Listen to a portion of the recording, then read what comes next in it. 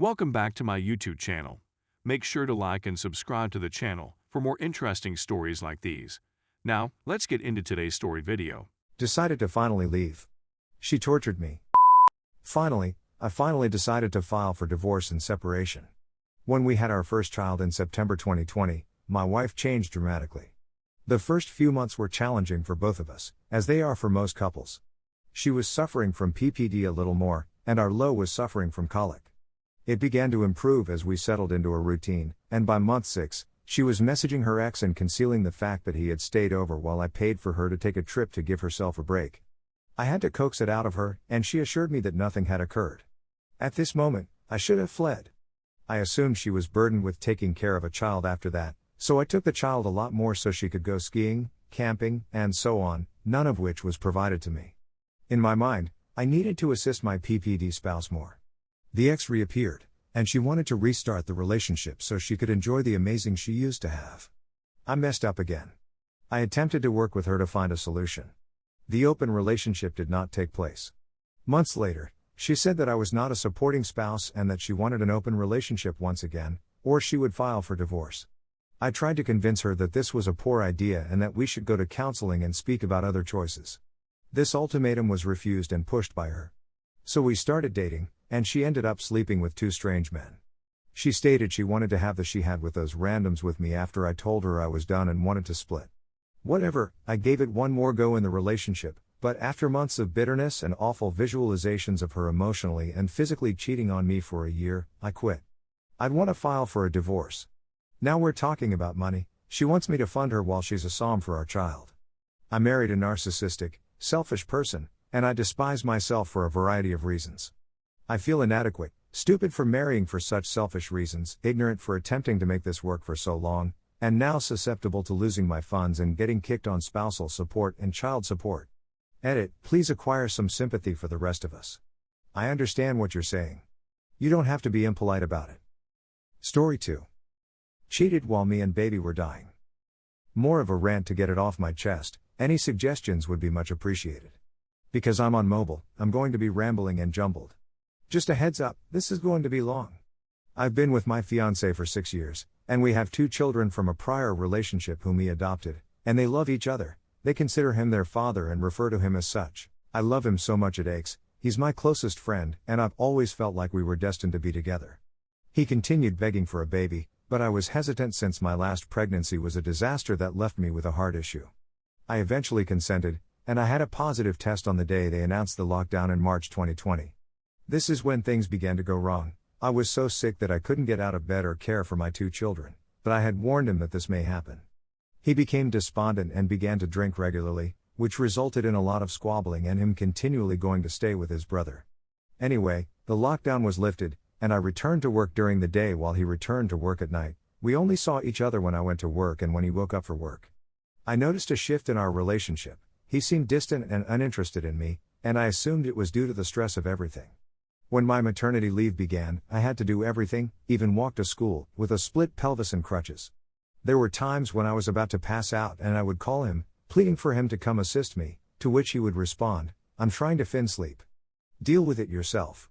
So I'm 6 months pregnant, unhappy, haven't kept anything down my whole pregnancy, in continuous pain, been in and out of the hospital with dehydration etc., and he began going to band practice and working evenings out, which gradually grew into overnight events. I honestly don't know how I was so foolish. The concept never even occurred to me. While I'm barely functioning, he continues telling me that his buddy Dave's girlfriend is pregnant and that she's doing this and that I'm not even trying, that I'm exaggerating everything. Our anniversary was approaching, so we went on a date night the night before and sent the kids to Grans for a sleepover. I gave him gifts, and he didn't get me anything. We were bowling, and he walked to the bar to buy a drink when his phone rang, and it was his buddy Dave. The text he sent indicated he was out with his nephews, which made me suspect, so I searched through his phone later that night. We had free access to each other's phones before but realized he had been keeping his phone on him, even under his pillow while he slept. I saw all the texts, months worth of them both laughing at me, them planning a life after the kid is born, her stating how she would care for my baby on weekends, that he loves her and is only here because of the bubs, and that he wishes I had never been pregnant. When I dialed the number, a lady answered, but immediately hung up when she heard my voice. I woke him up, confronted him, and a massive dispute ensued, with him denying everything, stating it was just his male buddy joking about, laughing, and announcing he was done and leaving.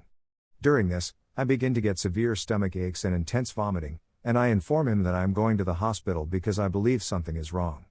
He won't allow me to take a cab because he thinks I'm faking it, which I don't get since I've never been a drama queen or anything. So he's driving me to the hospital like speeding, slamming on the brakes unexpectedly, and frightening the hell out of me as I'm in tears begging him to calm down. When we arrive, he refuses to come in with me and forces me to go alone.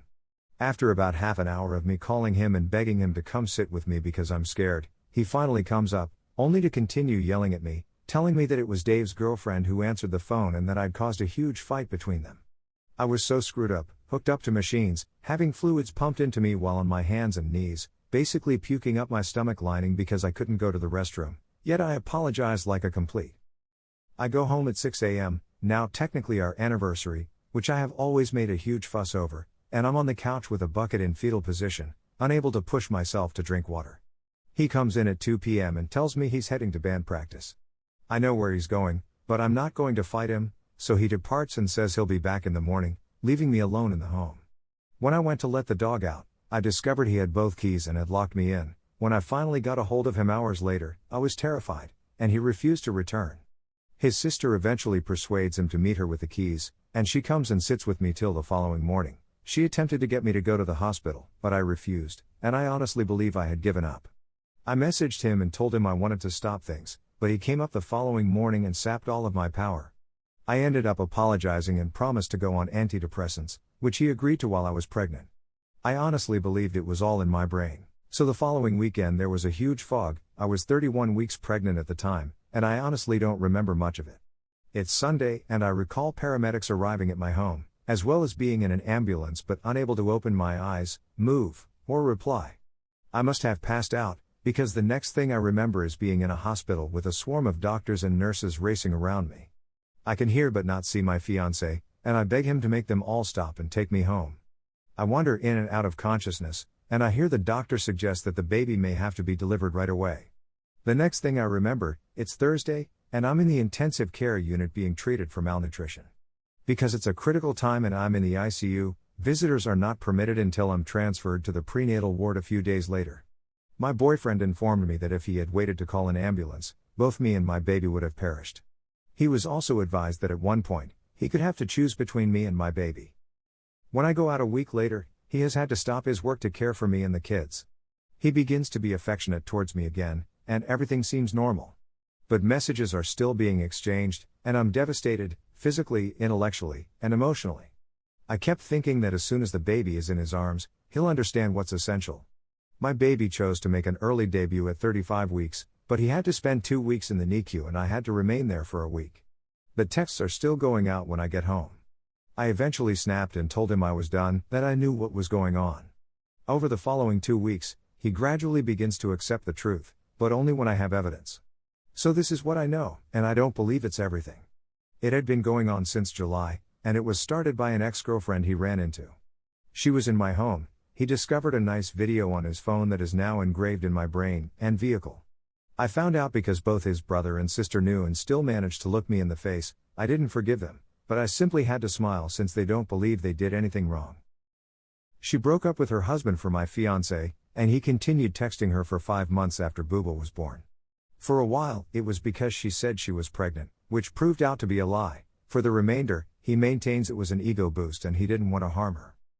It's been approximately a year since she's been gone from our lives, yet I still can't stop thinking about her. Everything brings her back to mind.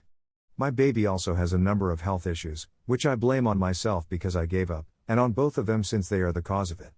I never got to face her, never got to question what kind of woman pursues a guy in a relationship who is having a kid. Honestly, if I ever see her, I'm going to prison because I won't be able to stop myself. Honestly, I never received a genuine justification for it, just I don't know, or he had a blackout from drinking, which irritates me since I have an analytical mind and like to know why and how things operate. It's difficult for me and my fiancé to remain together. I visit a therapist, and things like this, writing it down, are beneficial. Throughout the ordeal, my fiancé was like a different person. At moments, he didn't even resemble him. I'm not making any excuses for him because there aren't any. I know he's really apologetic, and I know he's disgusted with himself. He now sees someone for his drinking and speaks to someone, but he still believes we need couples therapy. I have full access to his phone if I so choose, but I don't since I'm trying to trust him. There's obviously more to my narrative, but those are the highlights.